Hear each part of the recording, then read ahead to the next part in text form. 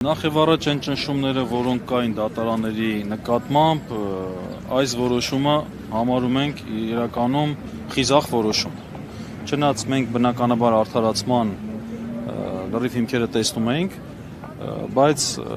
էլի կարևոր էր, որ վերաքննիչ քրեական դատարանը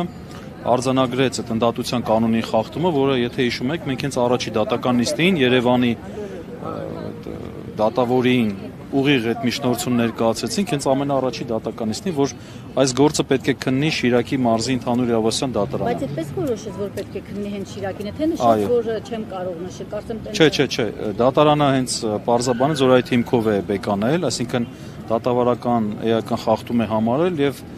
ու գործը ուղարկում է Շիրակի մարզի ընդհանուր իրավասության դատարանի քննությանը։ Այս առումով բնականաբար դրական էր Այս ճնշումների պայմաններում կարծում ենք իրոք խիզախ որոշում էր եւ տեսակ որ դատավորներից մեկն էլ հատուկ կարծիք ուներ ենթադրվում է որ նաեւ ընդդատության վերաբերյալ թե առհասարակ դե եթե այդ ընդդատության հիմքով է բեկանվել ենթադրվում է որ նաեւ դեմ է եղել այդ ընդդատությանը Ես ճիշտ եմ հասկանում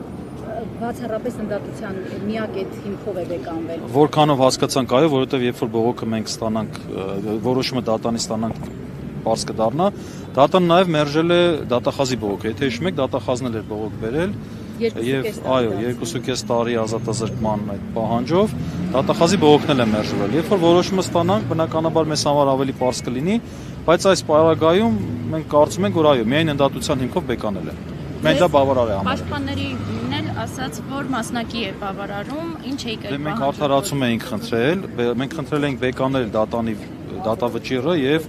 արդարացնել, մասնակի բավարարել նկատի ունեցել նա, որ մեր ամբողջական պահանջը արդարացման մասով չի բավարարել։